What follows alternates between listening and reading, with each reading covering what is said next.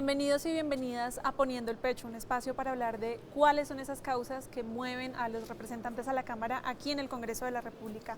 Hoy me acompaña Julio César Triana, representante a la Cámara por Huila del Partido Cambio Radical. Bienvenido. Lorena, muchas gracias por la invitación, feliz, y aquí venimos a poner el pecho por lo que hacemos en el Congreso. Bueno, arranquemos por ahí. ¿A qué temas le está poniendo el pecho aquí en el Congreso? Pues mire, este periodo ha sido muy importante. Primero le pusimos el pecho, y no el pecho, sino el alma, a sacar adelante, reducir el receso legislativo en Colombia. El Congreso de Colombia salía a receso el 16 de diciembre y regresaba el 16 de marzo. Este año, por un proyecto de acto legislativo del cual me precio ser el autor y en compañía de todos los partidos, Lorena, decidimos modificar la constitución política y este año el Congreso no inició el 16 de marzo, sino el 16 de febrero. Tuvimos un mes más de trabajo. Vieras el cúmulo de leyes que se tramitaron en ese mes, pero además fue un mes donde se hizo control político, donde se avanzó en las comisiones, donde se avanzó con proyectos de autoría de los congresistas, que son los que generalmente mueren por falta del tiempo. Entonces le puedo decir que una de las cosas que nos tiene feliz de haberle puesto el pecho, el alma, el corazón y todo, fue a este acto legislativo que hoy es una realidad y que permite que el Congreso se conecte con los ciudadanos. Este es un Congreso muy criticado, es un Congreso que le falta seguir en el camino de autorreformarse y de autorreformarse para ser más eficiente y más eficaz a las necesidades de los colombianos. ¿Y cómo le fue con un mes menos de vacaciones? Pues al principio en el pasillo los colegas no me trataban muy bien y no era fácil vender la idea de reducir las vacaciones, que al fin y al cabo no son vacaciones, sino son unos periodos que los congresistas utilizan para estar en sus regiones, para ir a visitar sus municipios, sus zonas. Sin embargo, hoy hay tecnologías que nos permiten estar en contacto con la comunidad sin necesidad de estar presente en cuerpo allá. Entonces, eso que al principio generó molestia de algunos, al final fue entendido por toda la plenaria y fue apoyado por la totalidad de los partidos y de los congresistas. Es cierto que no nos quieren mucho al Congreso de la República, aunque en la última encuesta que se hizo recuperamos ahí un poquitico de imagen, pero ¿qué otro cambio se necesita para que la gente conozca que aquí se tramitan muchas iniciativas que impactan la vida y la cotidianidad? Bueno, ahora mismo le estoy poniendo el pecho a una ley estatutaria que junto con Katy Jubinado estamos trabajando y que tiene que ver con la rendición de cuentas de los congresistas. Porque también hay que decirlo, Lorena, los congresistas tenemos que ponerle la cara a la comunidad y tenemos que contarle a las comunidades qué hacemos aquí en el Congreso, qué proyectos debatimos, qué proyectos impulsamos, cuáles son nuestras propuestas, qué tipo de control político ejercemos. Ese proyecto de rendición de cuentas ya pasó en la comisión primera, va para plenaria, aspiramos a que el Congreso lo apruebe y que todos los congresistas de Colombia decidan apoyarlo porque es transparentar la actividad congresional. Es en tiempo real estarle contando a la comunidad lo que hace un congresista y lo que el congresista hace por su región, por el país, pero también los congresistas que no trabajan, pues ahí van a tener que explicar por qué no han hecho o por qué se han hecho cosas a favor de los colombianos. Antes de entrar en detalle en esa iniciativa de rendición de cuentas, muchas veces la gente no ve qué es lo que está pasando en las regiones. Usted, por ejemplo, ¿cómo visibiliza el trabajo que hace en el Huila? Bueno, yo creo que una alternativa para quienes estamos en esta labor del Congreso, incluso del sector público, han sido las redes sociales. Yo le voy a hacer una confesión ahora que estoy poniendo el pecho, ponerlo con honestidad. Yo era alérgico a las redes sociales. Pero es muy buen TikToker, yo lo he visto. Ahí estoy haciendo el deber. Me matonean, hago TikTok, hay veces para producir burlas, pero hago otros contando lo que hacemos. Y yo creo que las redes sociales, Lorena, se han convertido en una oportunidad para que nosotros le contemos a la gente lo que estamos haciendo por la región. En el caso mío, el departamento del Huila, la actividad del Huila es cafetera. 84.600 familias dependen del café. 35 de 37 municipios son cafeteros. Entonces nosotros en tiempo real venimos proponiendo cosas por los cafeteros, defendiendo las familias cafeteras y hemos venido en tiempo real contando esas cosas que estamos haciendo por los cafeteros. Las redes sociales al final del día, así como han sido utilizadas para crucificarnos a los políticos y a quienes estamos en la vida pública, también se convierten en una oportunidad para contar lo que hacemos por nuestra región. Bueno, pues la reducción del periodo de receso legislativo de los congresistas, autoridad de Julio César Triana. Vamos a una pausa a mensajes institucionales y volvemos a Poniendo el Pecho.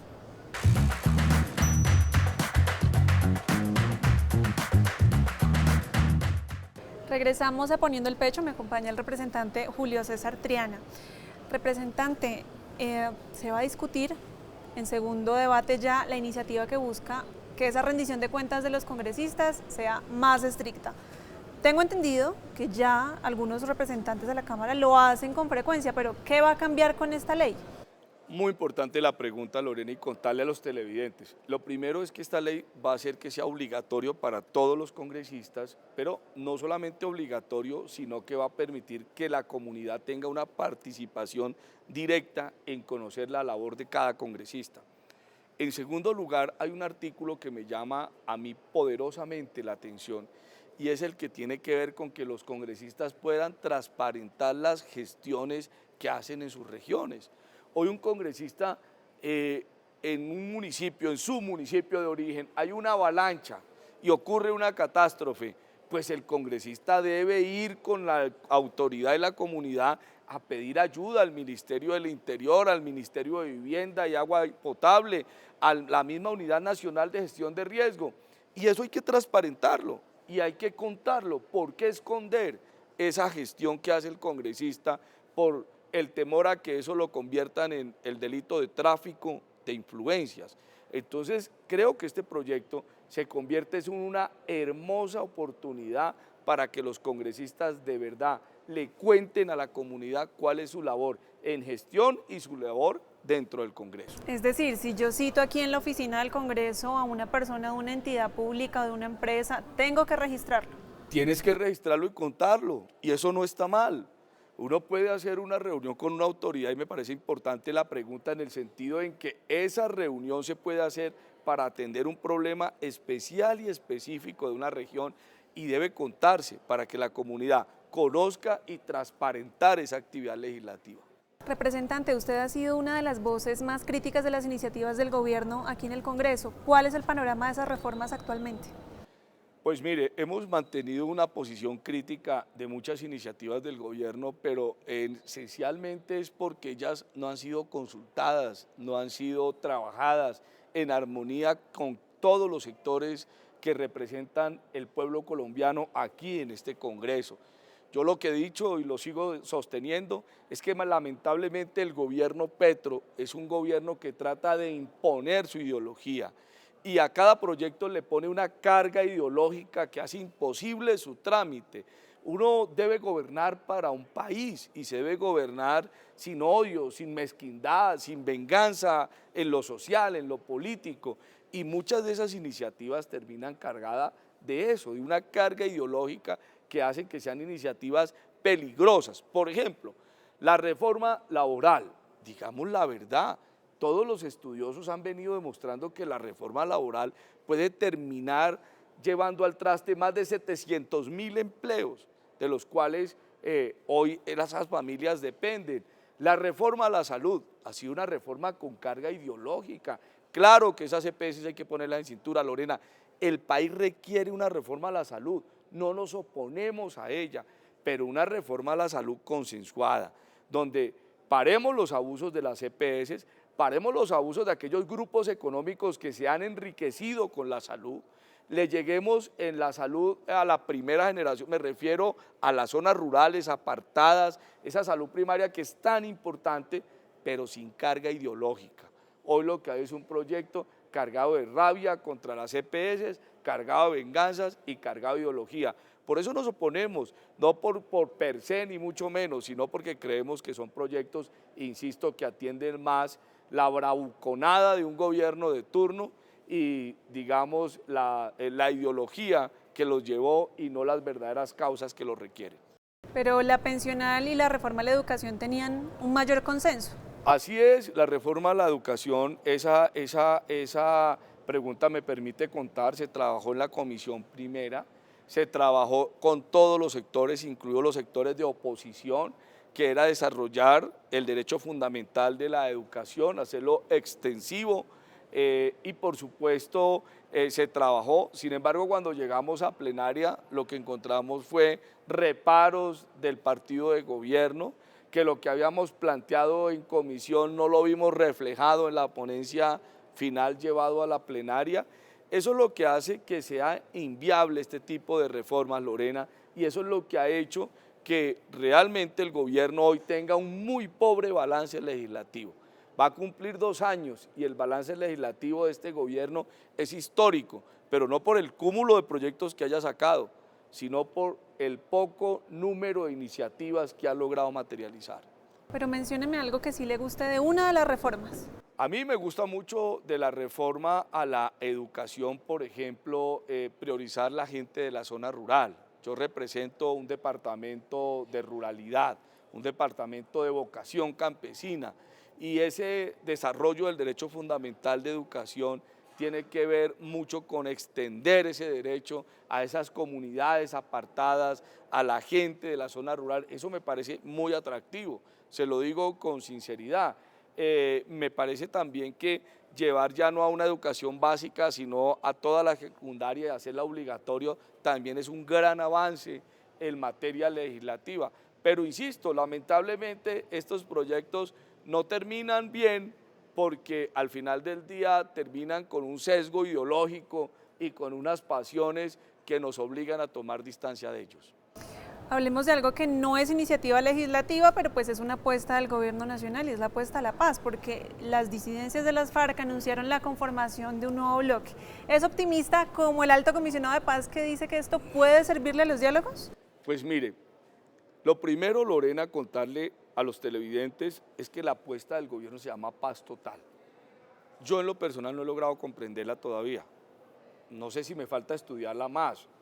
Pero ¿cómo vamos a atender la paz con todos los frentes al mismo tiempo y no hemos priorizado con un sector la negociación?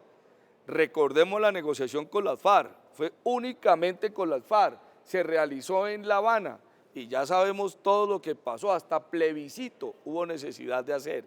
Aquí hay un concepto de paz total para negociar con el ELN, con las disidencias de la FARC, con el Clan del Golfo, con las bandas criminales del Urabá, con las bandas criminales y grupos al margen de la ley de Antioquia. O sea, este es un concepto tan amplísimo que no va a lograr materializar o focalizar cuáles son los esfuerzos de paz. ¿Qué le decimos al gobierno? Negociemos, porque la paz es necesaria con las disidencias de las FARC, por ejemplo, pero que las disidencias de las FARC dejen por fuera a la población civil. Uno no puede estar haciendo la paz con alguien y ese alguien estar secuestrando, carnetizando, amedrantando y dejando en medio la población civil, Lorena. Ahí no hay voluntad de paz. Yo les pregunto, ¿cuál es la voluntad de paz de un grupo que el gran anuncio que hace es crear un bloque central para meter a Quindío, a Huila y a Valle del Cauca? Eso es porque el reclutamiento ha venido en ascenso. Es indudable que durante esta negociación en los últimos 2 años pasamos de 230 municipios donde tenían presencia las disidencias a 300 municipios y pasamos a un sinnúmero de hombres armados, casi triplicando como iniciaron, entre otras cosas, muchos de ellos niños menores de edad. Entonces lo que queremos es que se focalice la paz y que Oti Patiño, antes de estar mirando como negociador de paz con buenos ojos y diciendo que es un buen mensaje crear un nuevo bloque central, lo que Oti Patiño le pida a las disidencias es muestras reales de paz. Y una muestra real de paz no es mostrar cientos de hombres armados con armas de última tecnología y decirles que les corresponde una región del Estado colombiano. Bueno, muestras reales de paz, una petición desde el Congreso de la República al Gobierno Nacional. Vamos a una pausa, mensajes institucionales y volvemos a Poniendo el Pecho.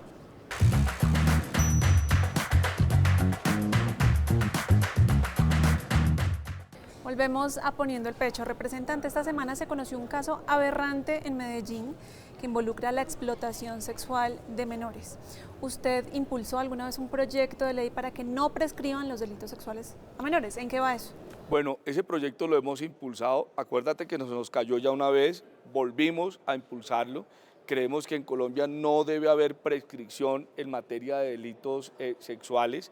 Además, porque está comprobado que lamentablemente en muchas ciudades de nuestro país se viene haciendo un turismo sexual, que es un turismo que desprestigia a nuestro país, pero que atenta con nuestros niños, porque pareciera que lo están focalizando en los niños.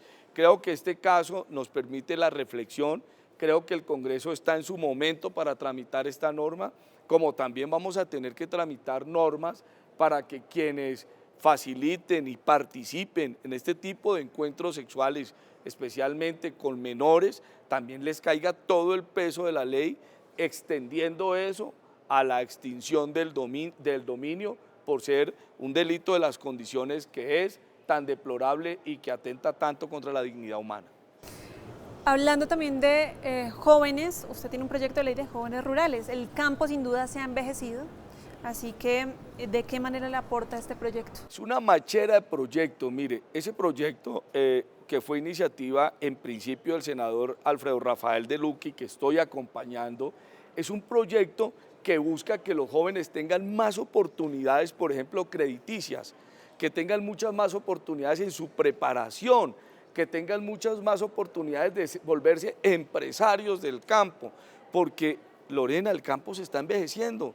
Los jóvenes no ven en la zona rural una oportunidad de subsistencia y ven a sus padres y a sus familias sufrir permanentemente y por eso terminan abandonando el campo, radicándose en ciudades. Entre otras cosas, el otro día en un trabajo de campo descubrimos, por ejemplo, que muchos jóvenes mototaxistas de Neiva eran de zonas rurales del departamento del Huila y ellos me contaban que abandonaron el campo porque nunca vieron oportunidades. Este proyecto lo que quiere es vías de acceso al crédito, por ejemplo, vías de acceso a la adquisición de vivienda, vías de acceso a la capacitación, hacer que nuestros jóvenes vuelvan a enamorarse del campo.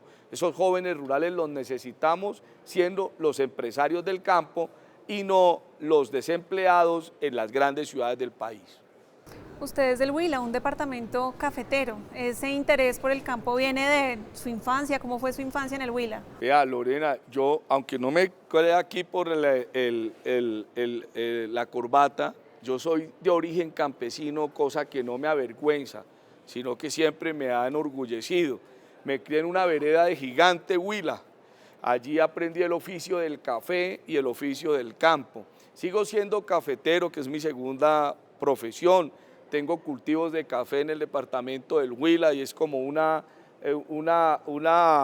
herencia de mis padres que no voy a abandonar, Lorena. Creo que sin duda la ruralidad y el campo siguen siendo el mejor escenario de Colombia y por eso me siento orgulloso de haberme forjado allí.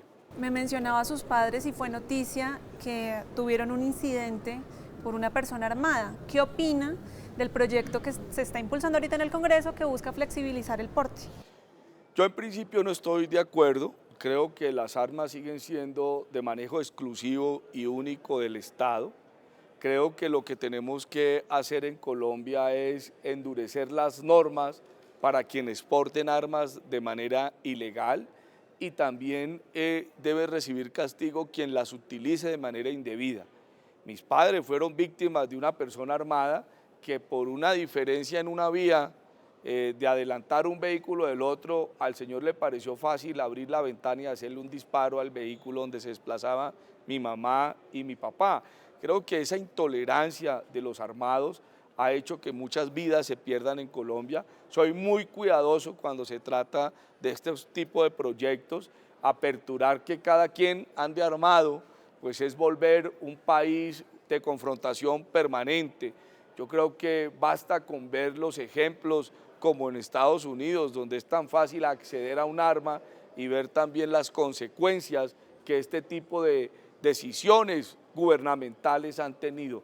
Por eso soy prudente en el trámite de este tipo de proyectos y lo vamos a debatir con mucho juicio y con mucha profundidad. Uno de los argumentos que utilizan quienes promueven la iniciativa es la inseguridad que enfrenta el país. ¿Cómo combatir entonces también la inseguridad? Pues Lorena, es que la inseguridad del país debe ser atendida por la fuerza pública. El comandante en jefe de la seguridad y de la fuerza pública en Colombia es el presidente. Es él el que debe establecer la seguridad como una política de Estado.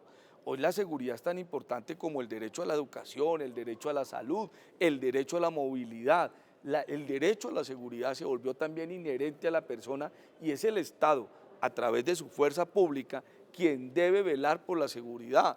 Por eso nosotros vivimos insistiendo en el Congreso que no es bueno tenerle las manos amarradas a la fuerza pública en Colombia y que por el contrario, por ejemplo, eso de no hacerle mantenimiento a los helicópteros, eso de no meterle plata a la tecnología de la fuerza pública, eso de no invertir recursos en movilidad para que la fuerza pública pueda moverse en tiempo real a través de una reacción frente a un atraco, frente a un secuestro, es un grave error porque la seguridad no solamente debe recibir inversión del Estado, sino que tiene que tener el compromiso permanente de quienes gobiernan. Es que sin seguridad no hay tranquilidad, no hay país, sin seguridad no se puede materializar ni siquiera la economía, no se pueden materializar los proyectos de vida. En eso hemos insistido mucho. Ni tampoco el turismo. No, pues imagínense lo que sufrimos nosotros en departamentos como el Huila, cuando hay un hecho de inseguridad y la gente ha planeado sus vacaciones en el Huila, que es espectacular, Lorena. Te voy a invitar al Huila, a todos los que están aquí detrás de cámaras y van a ver que después no van a querer salir del departamento del Huila. Tenemos desierto de la Tatacoa en el norte, tenemos parque arqueológico en el sur, tenemos en el centro del Huila zona cafetera, la es una machera, son lindas, el Huila es lo mejor. ¿Sabe qué se dice en el Huila? Que es un paraíso por descubrir. Bueno, pues ya tienen destino para el próximo puente en Colombia. Representante, gracias por acompañarnos y que le siga poniendo el pecho a las causas que el Huila y que el país necesita. Muchas gracias y aquí venimos a ponerle el pecho las veces que sea a nuestro trabajo en el Congreso, Lorena, y poder contarle a los miles de televidentes lo que hacemos. Gracias por la invitación. Y a ustedes gracias por acompañarnos. Nos vemos en una nueva entrega de Poniendo el Pecho.